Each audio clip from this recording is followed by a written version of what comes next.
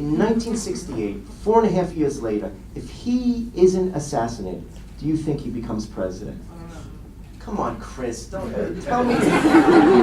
Yes, no answer. I'm not going to let you get off here. I'm going to have to ask you like you do your guest 3 times. History and fact. Okay.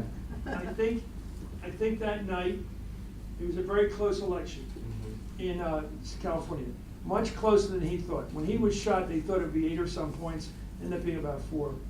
It was Gene McCarthy ran a spectacular election in California. He beat him in Oregon. McCarthy was a fantastic candidate. For a guy who's pretty dispassionate and laid back, a hell of a candidate. I like McCarthy. I voted for Bobby at the end because I thought only Bobby could end the war. But McCarthy had us all swooning.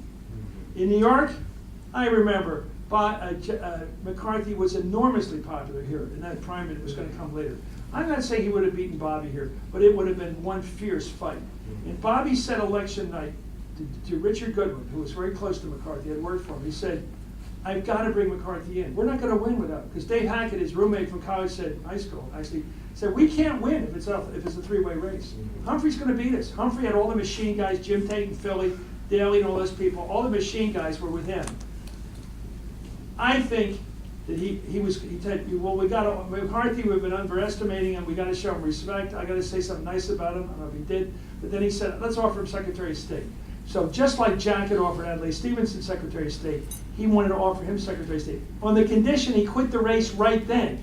But McCarthy wasn't going to quit the race right then. It would have been a slog, and probably it would have been very tough, but imagine what the convention would have been like in Chicago if Bobby had come to the convention. The riveting, chilling to me, what that would have been like. He would have come to the convention with fewer delegates than Humphrey, and he would have had to just demand to end the war. It would have been something else. And there wouldn't have been a bunch of kids running around fighting with the police. It would have been a real political reckoning. Do you think today, in today's environment, he could actually win the presidential electoral vote? Yeah, because I think he would have brought together, he wouldn't have given up the white working class like the Democrats have done.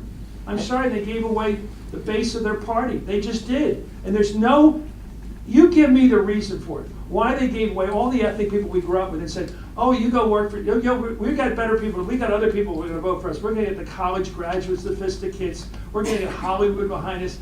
Come on, you got it. The donors are going to get us elected. Donors don't get you elected. They hang out with donors too much, the Democrats today. Hang out with voters. Chris, they may think you like them. Let's flip it. If he was actually running against Trump, how would he respond to Trump's hitting him on a daily basis, derogatory? He wouldn't be afraid of him. No, exactly. But when you just saw this election, you're asking me to project history. You cannot project like a hologram.